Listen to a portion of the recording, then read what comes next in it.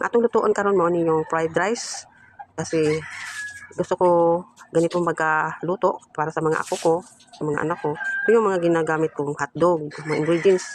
Kasi dala na ba siya ulam, hindi na ka magluto ng ulam.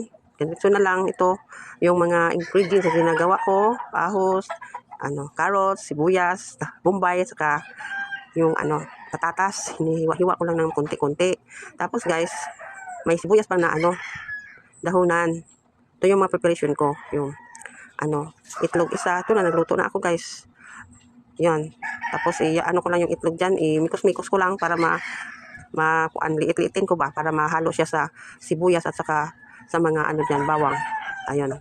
Pagkatapos yan guys, maano na yung brown-brown, ilagay ko yung mga ingredients dyan. Yung patatas, carrots. Yan guys, nakabukal na. Yan, sunod naman, yung hotdog. Mikos-mikos mo lang konti. Ayan. Di ba maganda tingnan? Makulay. Katulad ng buhay kong makulay. Yan, lagyan ko ng konti ng tubig. At saka magic konti. Tapos mikos-mikos ulit. At saka lagyan din natin ng toyo. Parang luminam-nam naman konti. Tapos guys, pagkatapos ng mikos-mikos, ayan, ilagay ko na yung kanin para masarap siya pag kainin, pag mahalo-halo siya. Ayan, mikos-mikos ulit guys. Ayun, ang sarap naman tingnan guys. Nakatakam-takam talaga. Nagugutom na ako. Ayan, yung last naglagay ko yung sibuyas dahonan. Ito na, kain na tayo. Ayan.